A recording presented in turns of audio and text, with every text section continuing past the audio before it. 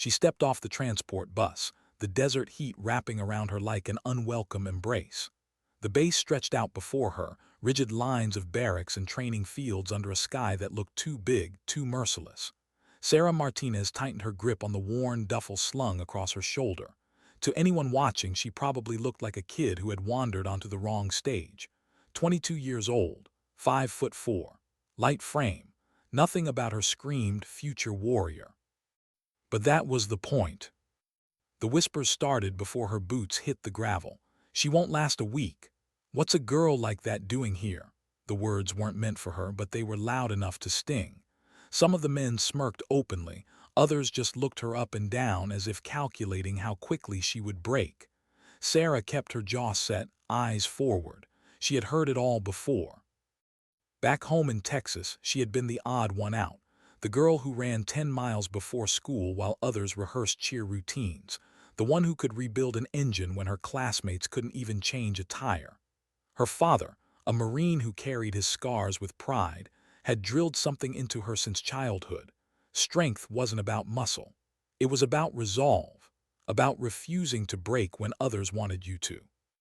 Still, resolve didn't silence the noise around her. As she lined up with the others for orientation, the air was thick with tension, with doubt. Most of the recruits were giants, college football players, wrestlers, runners built like they were sculpted for combat. She looked like their younger sister, lost in oversized gear. A mistake. Then Sergeant First Class appeared. His voice could have split concrete. Look around you. 80% of you will not be here in 3 months. This program will break you to your core and rebuild you if you survive. You think you're tough, forget it. You know nothing. His gaze swept the formation and stopped, just long enough on Sarah. She met his eyes, didn't blink, didn't flinch. Though inside her heart slammed against her ribs, wild and unsteady. 3 years of scrubbing offices at night, serving tables during the day, saving every dollar for this chance. She wasn't about to let a single glance unravel her. The first days blurred into paperwork, medical checks, gear distribution. Boots too big, a rucksack that dwarfed her, weapons that looked heavier than she was. The others laughed behind her back. At chow, she sat alone, the background music always the same, wagers about how quickly she would wash out. 2 weeks, maybe less, said a linebacker from Alabama with shoulders like boulders. The table erupted with laughter. Sarah ate in silence, each bite fuel not just for her body, but for the quiet fire inside her. Day 5 stripped away all pretenses. The initial fitness test. Dawn still hung low when they assembled on the track, the air cool but charged with nerves, push-ups, sit-ups, pull-ups, 2-mile run, numbers on a page that decided who even deserved to keep going. Eyes turned toward her as she approached the pull-up bar. The steel loomed higher than seemed fair. Her hands barely wrapped around it. A few men stopped their own sets just to watch her fail. She felt their anticipation, sharp and cutting, like they had already written the ending to her story. She began. 1, 2, 3. Her movements were slow, deliberate, controlled. Her breathing steady, her core tight. 10, 11, 12. By 15, a hush had spread through the group. Men twice her size dropped to the ground, arms shaking, unable to match her form. Then came the run. The bigger men stumbled, lungs burning, legs heavy. Sarah's stride was efficient, her rhythm relentless. She didn't sprint, didn't chase anyone. She just moved steady as a metronome. 13 minutes, 20 seconds. Faster than 90% of the field. She crossed the line, chest heaving but steady, while others collapsed in the dirt. Sergeant scribbled notes. His face gave nothing away, but she caught the brief flicker of something in his eyes, not surprise, not disbelief, maybe approval. The men weren't as subtle. The linebacker who had mocked her stared with embarrassment coloring his face. A former Marine reservist muttered, "Beginner's luck. Wait until we get to the real stuff." His voice cracked on the word luck. That night in the barracks, Sarah polished her boots until she could see her reflection in the shine.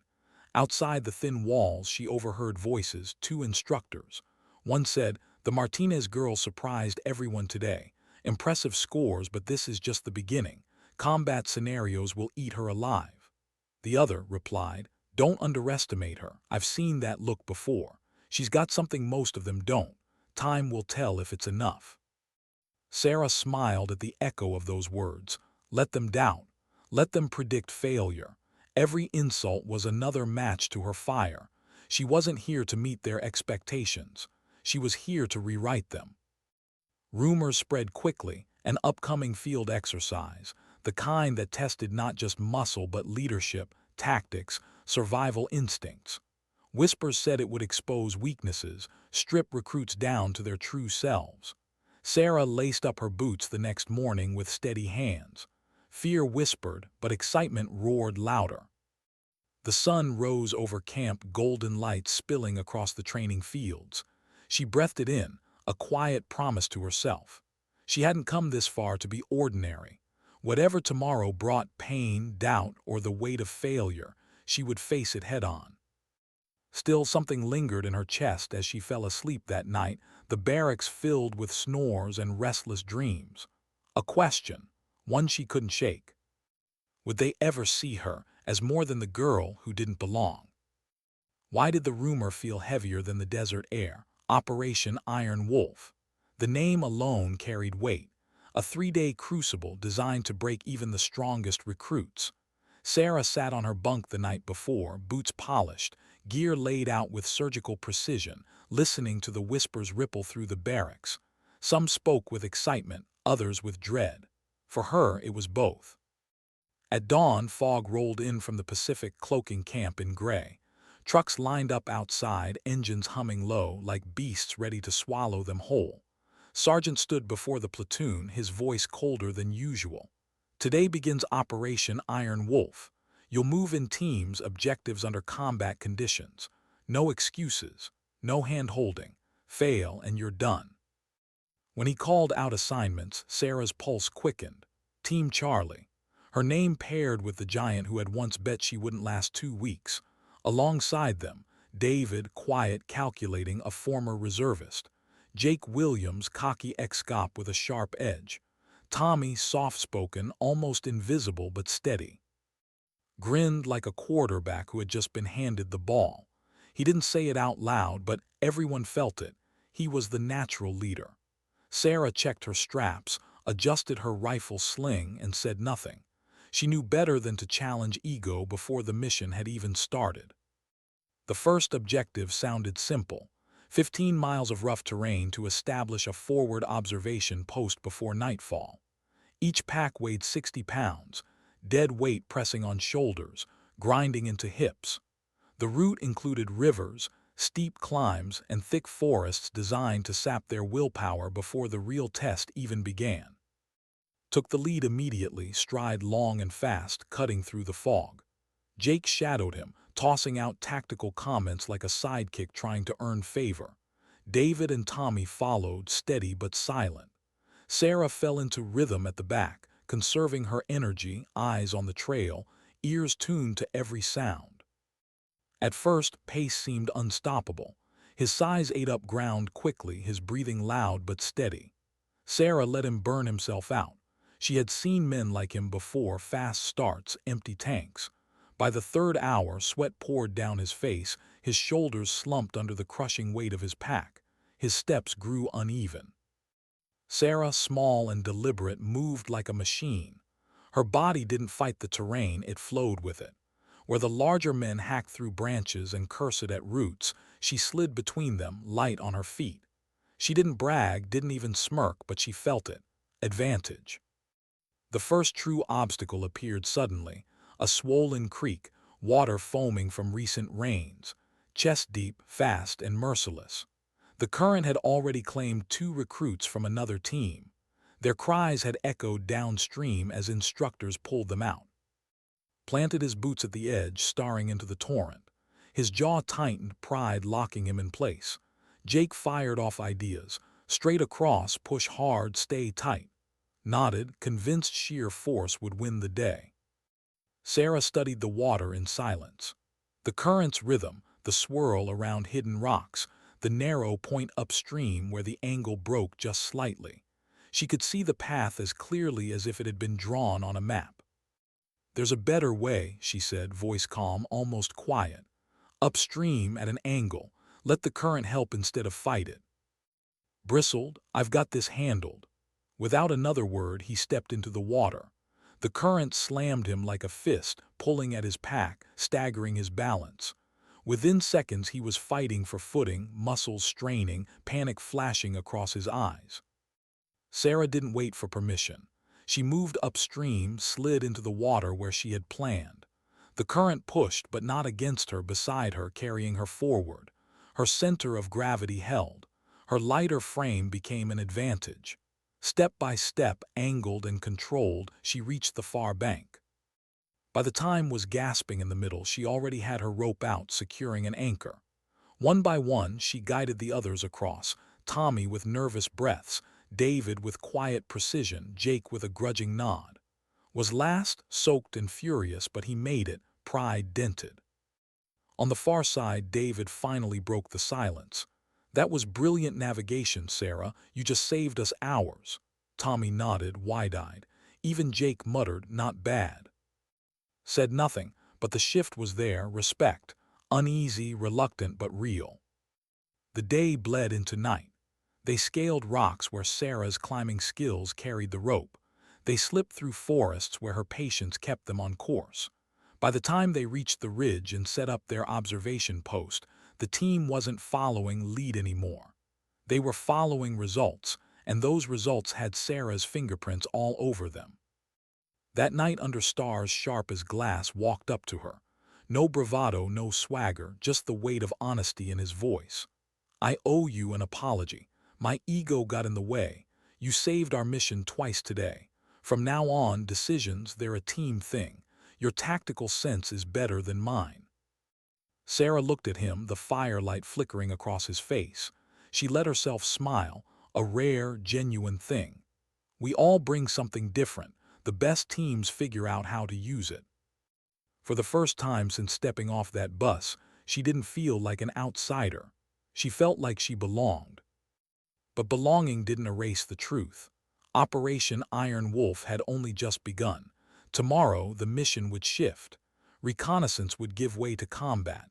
And somewhere inside her, she knew the real test wasn't about survival. It was about leadership. The radio crackled in the dark. Reports from other teams failing, getting lost, falling behind schedule. Team Charlie, against the odds, had arrived on time, in formation, intact. Sarah closed her eyes, exhaustion pulling at her bones. Yet sleep came slowly. Her mind replayed the day, the water dragging at, the feel of the current lifting her, the moment the rope went taut in her hands. Doubt was fading but not gone. It lingered, whispering. What happens when the obstacles aren't rivers or rocks? What happens when the enemy looks back at you with fire in their eyes? She didn't have the answer yet. But morning was coming, and with it, the kind of trial no amount of running or pull-ups could prepare her for. What kind of storm was waiting in the canyon ahead? Sarah woke before dawn, as she always did, the camp still quiet, her teammates curled in their sleeping bags. She studied the tactical briefing by flashlight, lips pressed together, eyes narrowing at the complexity of the new assignment. A simulated rescue mission, a downed pilot, hostile territory controlled by instructors playing the enemy. The kind of scenario designed to crush overconfidence. By the time the others stirred awake, Sarah already had the map sketched out on a scrap of paper, 3 possible routes marked in pencil. The direct path was fastest but deadly, open ground, too much exposure. The northern ridge promised cover, but the climb would drain time and strength. The southern route was long, twisting, but offered concealment. David leaned over her shoulder, voice low. "What's your call?" The question landed heavier than he knew. Just yesterday, that same decision would defaulted to. Now, without debate, all eyes turned to her. "The southern path," she said, tracing her finger across the map. "But cut through this ravine here. Saves us 40 minutes. Risky, though. If we hit resistance, we'll have no escape." Jake Williams smirked. Calculated risk times everything in a real rescue. Didn't argue, not anymore. They set off, packs heavy, boots sinking into the damp earth as clouds gathered above. For 3 hours the forest wrapped them in silence. Sarah took point, her movements quiet, efficient, her eyes scanning constantly. The others followed without complaint, falling into the rhythm she set. For a while it seemed almost too smooth. The first sign of trouble came as a hiss of static over David's radio. Enemy chatter, encrypted but close. Sarah froze, crouched low, signaling with her hand. Then she crawled forward to scout the ravine entrance. What she saw made her stomach knot. It wasn't a shortcut. It was a trap. Camouflaged firing positions lined the rocks, rifles ready. She counted 3 visible, but instinct told her there were more, hidden and patient. The ravine had been prepared as a killing ground. She slid back to the team, whispering, "It's an ambush. If we walk in, we won't last 2 minutes." Jaw clenched, "Then we find another route." "No time," David cut in. "Other teams are moving too. If we're late, we lose the mission." Jake's voice was sharp, impatient. "So we punch through, hit them head on." Sarah shook her head. Her eyes scanned the terrain again, her mind racing. Then an idea hit, reckless, dangerous, insane. The kind of plan no one else would even suggest. "What if we don't avoid the ambush?" she said. "What if we use it?" The words hung heavy in the air. Tommy blinked. "Use it, Sarah, that's suicide." "Not if we control it," she whispered. Her voice didn't shake. "I draw them out, make myself the target. While they focus on me, you circle behind and hit them from the rear. By the time they realize, it'll be too late." Shook his head, fists tight. "No, you'll be exposed. One mistake and you're done." Sarah met his eyes. Sometimes the most dangerous plan is the safest, because it's the last thing they expect. Silence, just the rustle of leaves, the pulse of adrenaline rising. Then David nodded. "It could work, but timing has to be perfect." The others exchanged looks, reluctant, anxious, but one by one they agreed. And just like that, Sarah's gamble became their only hope. She moved toward the ravine, deliberately clumsy, snapping twigs, shifting rocks, making noise no soldier would ever allow. She felt eyes on her, rifles sighting her silhouette. Then the fire came, blank rounds cracking, smoke grenades hissing, explosions echoing against the walls. She darted from cover to cover, heart pounding in her throat, forcing herself to appear panicked, vulnerable. In reality, every step was precise, every movement calculated to keep their focus on her. For 8 long minutes, she danced on the edge of elimination, smoke burning her lungs, adrenaline slicing through her veins. Then, just as she thought the instructors would adjust to her game, the woods behind the enemy erupted. And the others stormed their flank, rifles spitting blanks, grenades blasting from unexpected angles. The ambush collapsed in chaos, defenders scrambling, overrun in minutes. Sarah pressed her back to the rocks, chest heaving, mud streaked across her face. She heard it, their voices, triumphant, amazed. "They never saw us coming," Tommy shouted. Jake, for once, had no sarcasm, just awe. A whistle blew, signaling the end of the encounter. Instructors stood, removing their helmets, one of them shaking his head. "Outstanding work," said Master Sergeant Williams, the senior enemy commander. "That's the most creative counterambush I've seen from recruits in years. You turned our own trap against us." Sarah joined her team, her grin hidden beneath exhaustion. For the first time, no one doubted her. They looked at her not as the small girl who didn't belong, but as the one who had just saved them all. The forest stretched on, the canyon still ahead, but something had changed. Team Charlie wasn't a collection of strangers anymore. They were a unit, a real one, and Sarah, whether she wanted the title or not, was its beating heart. As they pushed forward, the radio crackled with grim updates. Other teams had walked into the same ambush and been wiped out. Others were still lost in the woods. Sarah wiped the mud from her face, her eyes steady. Being underestimated, maybe it wasn't a weakness after all. Maybe it was the sharpest weapon she had. What kind of courage does it take to step off the edge of a cliff? By the time Team Charlie reached the canyon rim, the forest had thinned, giving way to jagged stone. The ground dropped away in a brutal scar, 200 feet down to the canyon floor, with sheer walls that seemed to scrape the sky. Sarah crouched low, binoculars pressed to her eyes, studying the impossible scene below. The downed pilot, played by an instructor, was perched on a ledge halfway down the cliff face, injured, immobile, and dangerously exposed. Worse, enemy positions were scattered like shadows across the rocks, 2 on the far rim, 3 more on the canyon floor, 1 patrol circling the pilot every 20 minutes. "This isn't just a rescue," Sarah whispered. "It's a full-blown gauntlet." Studied the map, shaking his head. "Direct assault suicide. They'll shred anyone who tries to repel." David adjusted his radio, frowning. 2 teams already tried, both eliminated before they got close. Instructors aren't holding back. The air grew heavy with silence. Every conventional option led to failure. The others began to murmur about waiting for an opening, about sheer luck. But Sarah's eyes never left the wall. The way the granite cracked downward like a thin scar, almost invisible. The way shadows clung to it, hiding it from sight. "There," she said suddenly, pointing.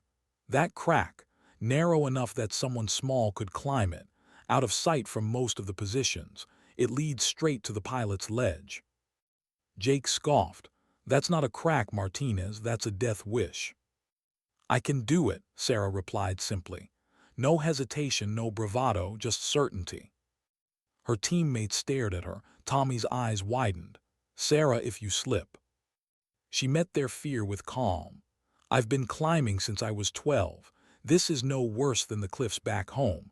I'll go down, stabilize the pilot, and signal for extraction. You cover me." Exhaled heavy, torn between logic and trust. Finally, he nodded. "We trust your call, but if anything feels wrong, you abort. Understood." Sarah checked her gear with ritual precision. Ropes, harness, carabiners, splints, bandages. Every piece had weight, not just of metal but of responsibility. The others began creating diversions, preparing to draw enemy fire in every other direction. Then she stepped to the edge. The canyon yawned beneath her, vast and merciless.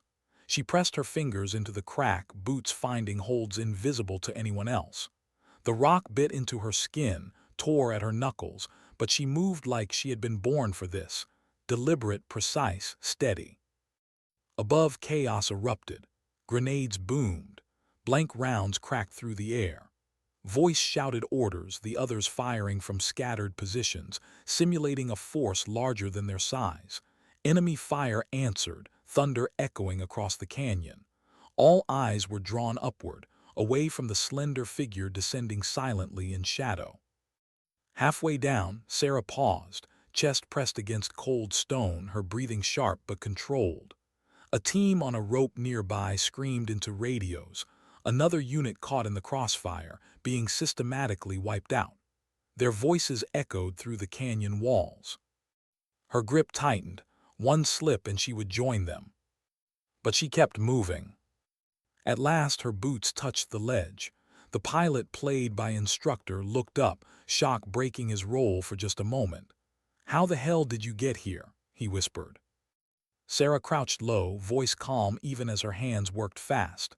"Creative route selection. Can you move? Or do I carry you?" His injuries were bad. A splinted leg, a head wound that meant no fast movement.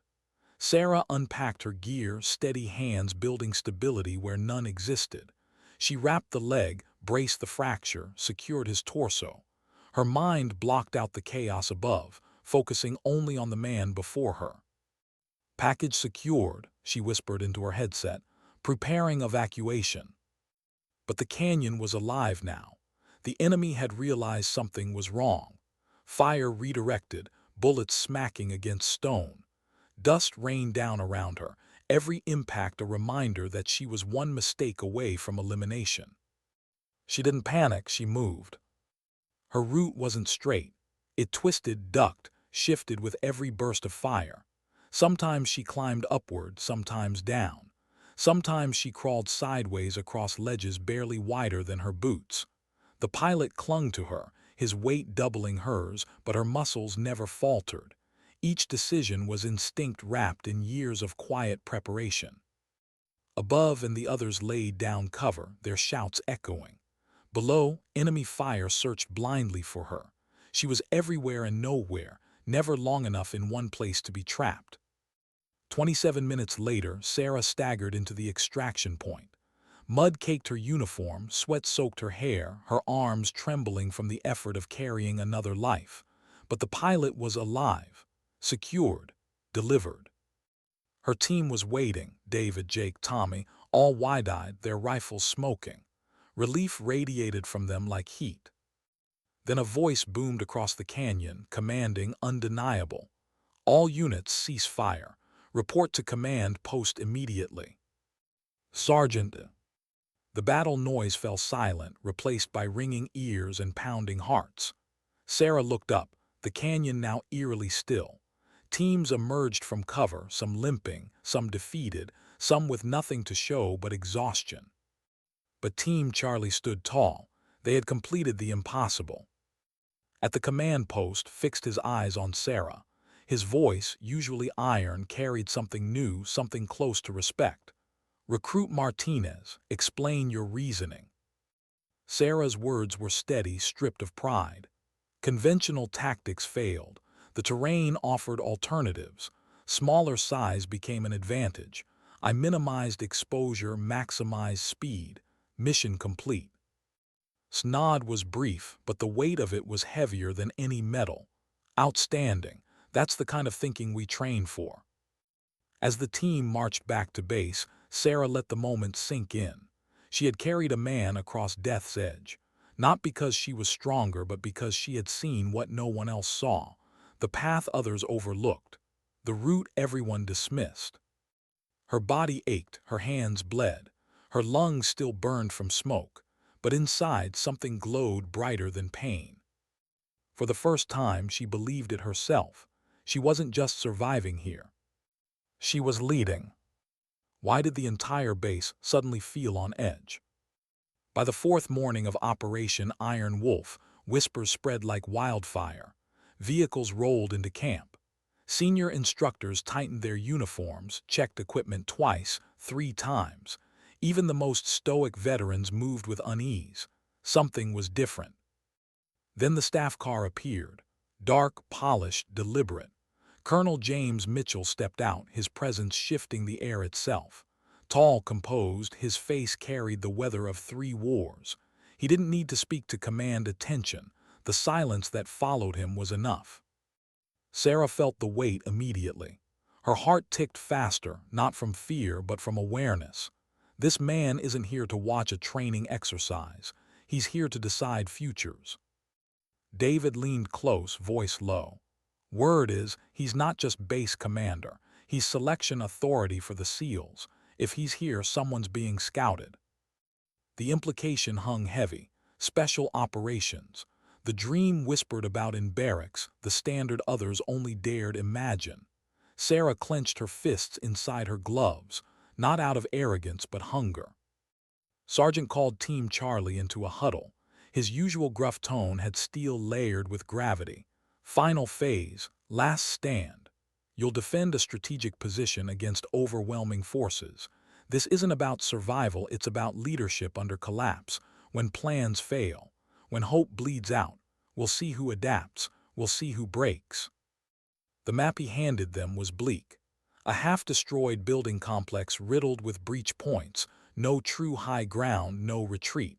An impossible defense. Jake muttered under his breath, "We're screwed." Sarah studied the map in silence. The colonel's eyes flicked their way, binoculars already in his hands. She could feel him watching, measuring not just movement but thought. Finally she spoke. "We can't defend it all, not with 5 people, but we don't have to, we just need them to think we can." Frowned, an illusion. "Deception," Sarah corrected. "Noise, movement, rotation. We make them believe we're everywhere. Let them burn themselves out chasing shadows." David's lips curved, the faintest smile. Psychological warfare, I like it. Tommy's voice trembled but steady underneath. If they figure it out, we're finished. Sarah nodded. Then we don't let them figure it out. When the simulation began, the ground shook with artillery blasts. Smoke swallowed the sky, dust clawing at their lungs. The opposing force advanced like a tidal wave. But Team Charlie was already in motion, and Jake rotated firing positions every few minutes, shots cracking from different angles. David created false radio traffic, feeding the illusion of multiple squads. Tommy triggered sound grenades in empty hallways, echoes bouncing like footsteps. From his observation post, Colonel Mitchell adjusted his binoculars, brows furrowing. Who's commanding that defense? Sergeant cleared his throat. Officially, in practice, Martinez. Martinez, the colonel repeated. The small one I saw in the initial reports. Yes, sir. She's been driving their tactics all exercise. Through the lenses, Mitchell watched the chaos unfold. Other teams fought predictably and were picked apart one by one. But Charlie's position, doomed on paper, repelled attack after attack, as if manned by a full platoon. Inside the crumbling building, Sarah's voice was low but steady over the radio. Shift right, now left, hold fire, wait now. Every command perfectly timed, every move feeding the illusion. The enemy grew frustrated. They attacked from 3 sides at once, expecting Charlie to collapse. Instead, Sarah pulled her team tight, abandoning 2 approaches entirely to focus fire on the third. The assault broke against them like waves against stone.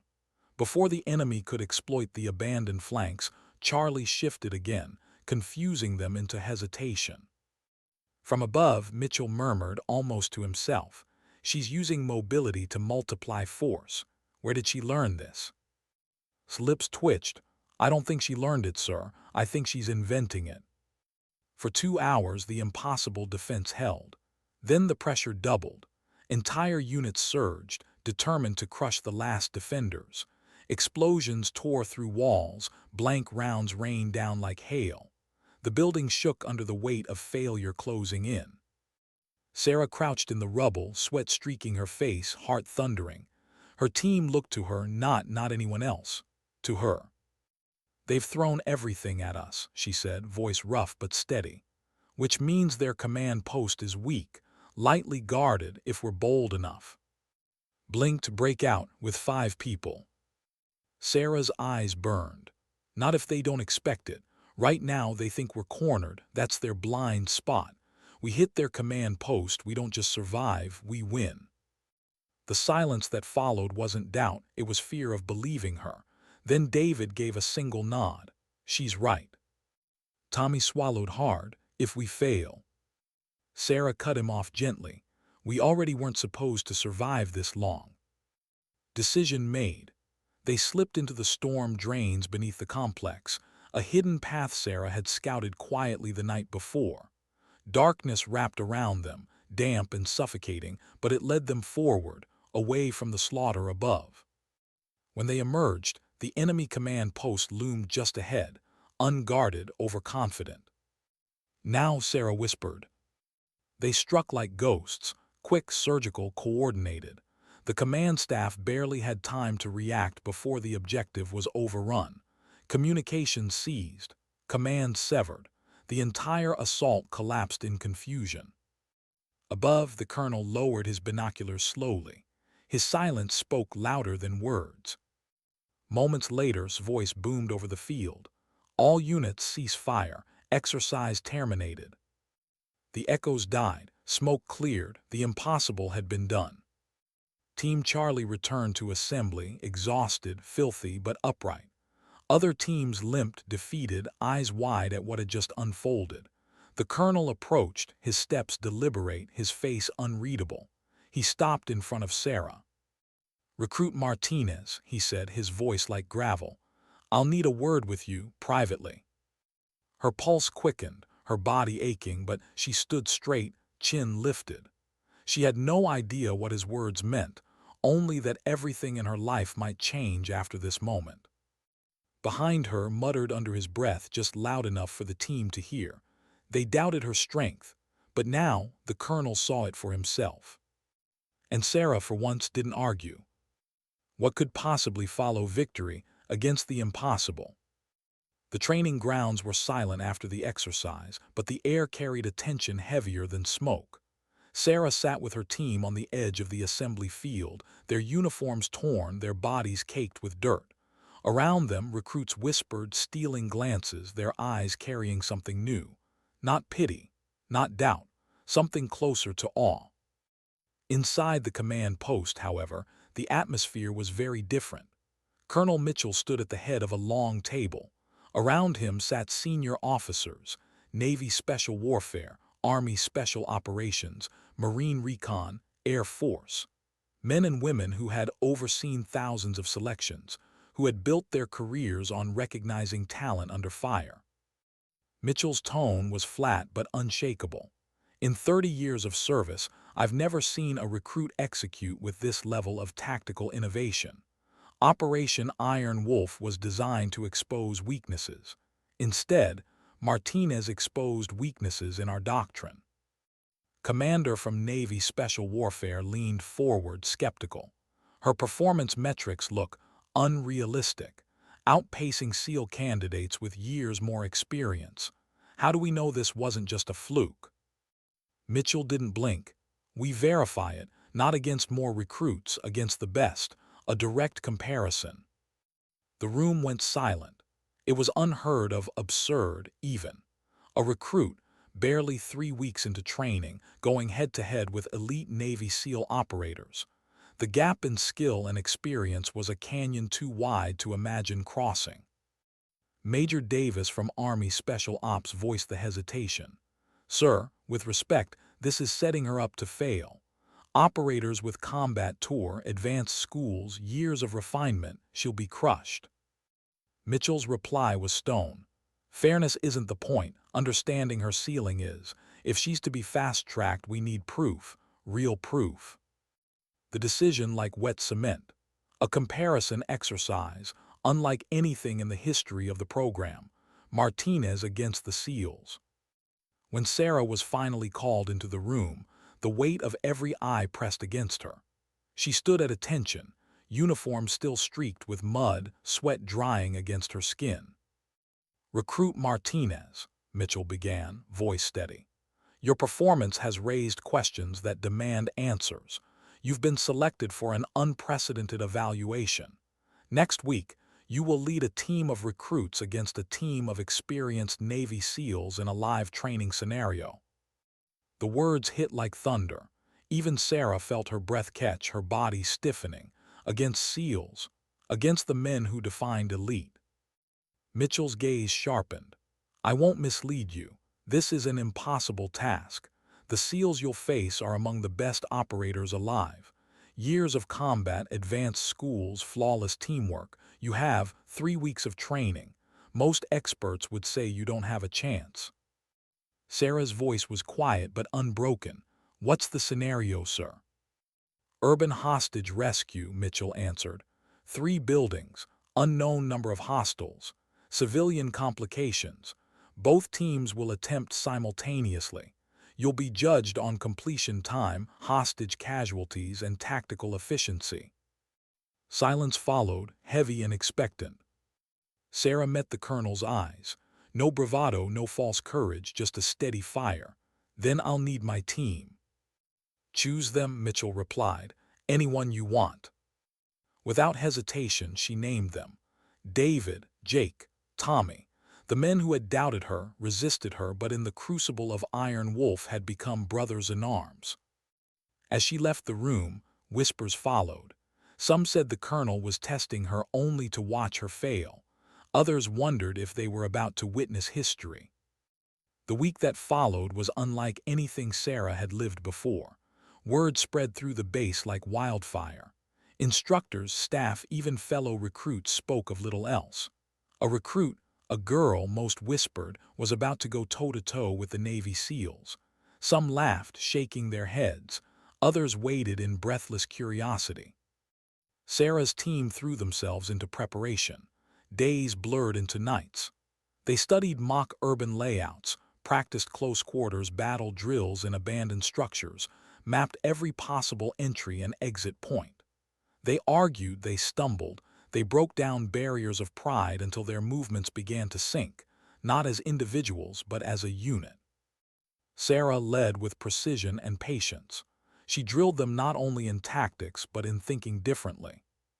"They'll expect us to hit windows and doors," she told them one night, tracing lines on with chalk. "That's what they're prepared for, but we don't do what they expect.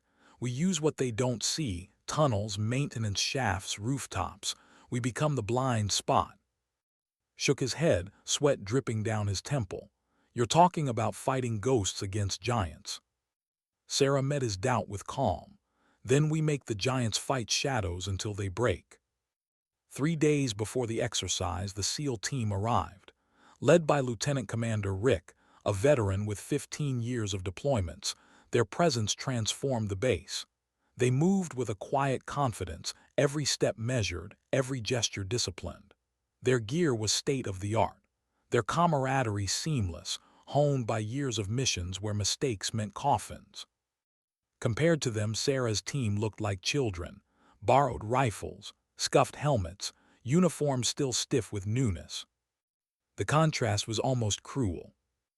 On the eve of the mission, Sarah stood alone outside the barracks, staring at the mock urban complex glowing under floodlights. 3 buildings, unknown threats, hostages waiting. Somewhere out there, the SEALs would be moving too, sharp and efficient, every second a reminder of how far beyond them they were. For a moment, doubt crept in. Not loud, not sharp, just a whisper. What if they're right? What if you're nothing more than a girl out of her depth? She closed her eyes, breath deep. She remembered the creek current lifting her, the ledge beneath her hands, the ambush collapsing around her plan, the colonel's binoculars lowering in disbelief. She whispered to herself, voice barely audible, "They doubted me before, let them doubt again." The lights from the urban complex flickered like a challenge. Tomorrow, the world would find out if Sarah Martinez was a fluke or something far more dangerous. What happens when rookies face legends? Dawn broke sharp and cold over the mock urban training grounds. Floodlights flickered off one by one, leaving the concrete husks of the 3 buildings in shadow. The silence before the storm was suffocating. 2 teams, 1 mission, a line in history about to be drawn. Sarah stood with her team at the staging point, helmet strapped, rifle slung. Flexed his hands around his weapon, jaw set. David checked his radio gear one last time. Jake spun his rifle magazine, smirking, but even his bravado couldn't hide the tightness in his shoulders. Tommy whispered prayers under his breath, lips barely moving. Across the field, the SEALs stood like statues. Lieutenant Commander Rick gave his men quiet, efficient commands. No wasted words. Their gear gleamed, their body language effortless. They looked like they'd already won. The briefing was short. 3 buildings, hostages inside, unknown number of hostiles, neutralize threats, rescue civilians. Time, casualties, and efficiency will determine success. Begin on command. Sarah glanced once at her team. "Remember speed and surprise. We don't fight their fight, we make them fight ours." The horn sounded. The SEALs moved like a machine, fanning out, establishing overwatch positions, sliding into cover. Textbook perfection. They each building, mapping windows, doors, lines of fire. It was combat science, years in the making. Sarah's team disappeared. Instead of rushing to doorways, they slipped underground, into utility tunnels, into storm drains. And David dragged a grate aside, vanishing into shadows. Jake opened a maintenance hatch. Sarah led Tommy through a gap between concrete slabs barely wide enough to squeeze through. From the observation room above, senior officers leaned forward. Screens tracked both teams. The SEALs precise, deliberate. The recruits erratic, unorthodox. "Where the hell are they going?" one commander muttered. Colonel Mitchell's eyes narrowed. "Places no one guards." Minutes ticked by. The SEALs breached their first building, lighting up the dark. Shots rang out. Hostiles by instructors returned fire, forcing the SEALs into textbook room clears. Progress was steady, clinical, but slow. Sarah's team, meanwhile, surfaced inside the second building itself. Through a maintenance shaft, they entered a boiler room. No guards, no traps. From there, they split, flowing upward through stairwells the defenders hadn't fortified. Within minutes, they neutralized 2 guards silently and reached the first cluster of hostages without firing a shot. Hostages secured, David whispered over comms. The observers blinked. How? Instructors playing hostiles looked rattled, caught off guard. They hadn't expected an assault from beneath their feet. Their defenses pointed outward, toward windows and doors, never inward. By the 20-minute mark, Sarah's team had cleared an entire building. The SEALs had secured only half of theirs, slowed by strong resistance. Jake grinned, breathless. They're fighting the playbook, we're fighting the cracks. Sarah's voice was steel. Focus. Hostages first, glory second. Building 2 became chaos. The SEALs stormed it head-on, encountering fortified defenders. Smoke grenades filled hallways. Blank rounds echoed. 2 hostages were killed in the crossfire. Barked commands, rallying his men with iron discipline. Sarah's team infiltrated Building 3 from above. She spotted a collapsed ventilation shaft leading to the roof, and without hesitation climbed. Fingers scraped raw, boots slipping on rusted metal, but she pulled herself over the edge. Tommy followed, wide-eyed but determined. From the roof, Sarah smashed through an unsecured skylight, rappelling straight into the upper floor. Enemy guards spun, stunned by the impossible angle. 2 shots, quick and precise, paint rounds marked them eliminated. And Jake swept in from the side stairwell, corralling hostiles between crossfire. Within minutes, Building 3 was theirs. Hostages alive, 0 casualties. From the command observation post, silence spread. Monitors displayed statistics side by side. SEALs, 2 hostages lost, progress slow. Recruits, all hostages secured, threat neutralized, 2 buildings cleared. Mitchell leaned forward, binoculars to his eyes. He wasn't smiling, he wasn't frowning, he was studying. Back on the ground, SEALs stormed their final objective, eliminating the last hostiles in textbook fashion. Their movements were flawless, every breach perfect, every command sharp. But the timer didn't lie. When the horn finally signaled mission complete, both teams gathered in the dust, rifles lowered, chests heaving. Observers began compiling data. Final numbers rolled in. Sarah's team. Mission time, 43 minutes. Hostage casualties, 0. Threat neutralization, 100%. SEALs. Mission time, 67 minutes. Hostage casualties, 2. Threat neutralization, 100%. The courtyard was silent. Then a ripple of disbelief spread through the recruits watching. They hadn't just survived, they had won. Lieutenant Commander approached Sarah, helmet under his arm. His face was unreadable, but his voice carried something rare, respect. That was remarkable tactical thinking. You saw problems we've solved the same way for years and solved them differently. That kind of innovation saves lives. Sarah stood still, heart pounding. She wanted to speak, to respond, but the words caught in her throat. Around her clapped her shoulder. David allowed himself a grin. Jake shook his head, half laughing. Unbelievable. Tommy whispered his thanks to the sky.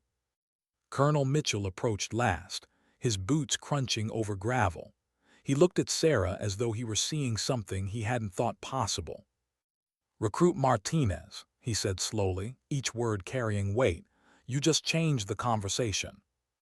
What happens after you prove the impossible?" 3 days after the exercise, the base still buzzed with whispers. Recruits spoke of little else. Instructors replayed footage in hushed conversations, shaking their heads. Some called it a miracle, others called it luck. But everyone knew Something extraordinary had happened on those grounds. Sarah sat alone outside the barracks, boots untied, fingers still raw from rope burns. Her body carried the aches of every mile, every climb, every round fired. But her mind carried something else. A stillness, a weight lifted. For once she didn't feel like she had to fight just to exist here. She belonged. But belonging was only the beginning. Inside the officers' briefing room, Colonel Mitchell presided over a meeting unlike any in the base's history. Around him sat representatives from every corner of special operations: Navy, Army, Air Force, Marines, men and women who had shaped wars with their decisions. Mitchell began simply, "Ladies, you saw what I saw. A recruit with 3 weeks of training just outperformed a SEAL team. The question isn't whether it happened. The question is what we do about it." Commander of Navy Special Warfare leaned forward, her voice sharp. "No recruit has ever bypassed the pipeline. We have processes for a reason. Experience matters. Years matter. Throw her in too fast and you break her." Major Davis countered, quieter but firm. "Or you waste her. Talent like this doesn't come often. She thinks differently. We need that." Arguments rippled around the table. Tradition versus innovation. Rules versus exceptions. Some called her dangerous, unproven, raw, unready. Others saw her as the future, the edge they hadn't known they needed. Mitchell listened, his expression calm until finally he raised a hand. Silence fell. "In 30 years I've buried soldiers who did everything right," he said. "Followed doctrine, executed perfectly, and still died because the enemy didn't play by our rules. Martinez didn't win because she was stronger. She won because she refused to play the enemy's game. That's not recklessness. That's survival. That's leadership." No one argued after that. The decision was made. Sarah was called into the room hours later, still in her fatigues, dirt streaking her uniform. She stood at attention, heart hammering in her chest. "Recruit Martinez," Mitchell said, his voice heavy but not unkind. "Effective immediately, you are being fast-tracked into Navy SEAL training, bypassing traditional selection." The words hung in the air like thunder. Sarah's chest tightened, not with fear, not even with disbelief, but with something deeper: validation. Every mile run in solitude, every insult swallowed, every whisper ignored, it had all led here. "Yes, sir," she said quietly. Her voice didn't tremble. 3 days later, she packed her duffel bag. Same bag she had carried when she first stepped off the transport bus, dwarfed by gear and doubt. Now it felt lighter, not because it weighed less, but because she carried it differently, with purpose. Her teammates gathered to see her off. Once her loudest critic stood tall, pride softening his features. "Never thought I'd say this," he admitted, "but I'm glad you proved me wrong." David gave a rare smile. "Don't forget us when you're famous." Jake smirked, though his eyes betrayed sincerity. "Guess I'll have to stop calling you rookie." And Tommy, quiet as ever, simply whispered, "Thank you for letting me believe." Sarah gripped each of their hands in turn. They had been doubters, challengers, skeptics. Now they were brothers. The bus ride out of camp was nothing like the ride in. Back then, she had been a stranger stepping into a hostile world. Now, as the desert rolled by, she carried the echoes of battles fought and barriers broken. Her reflection in the window looked different, not larger, not harder, but steadier. The girl who had once sat alone at chow, listening to laughter at her expense, had become the soldier no one could ignore. She thought of her father back in Texas, of the lessons he had etched into her bones. Strength wasn't muscle. It was refusal. Refusal to break, refusal to quit, refusal to let others write your story for you. The road ahead would be brutal. SEAL training chewed up the best and spat them out. But she no longer feared being underestimated. She welcomed it, because being doubted had become her sharpest weapon. As the base faded into the distance, Sarah closed her eyes and breathed deep. Sometimes dignity doesn't speak. It doesn't shout. It simply acts. And in acting, it rewrites everything.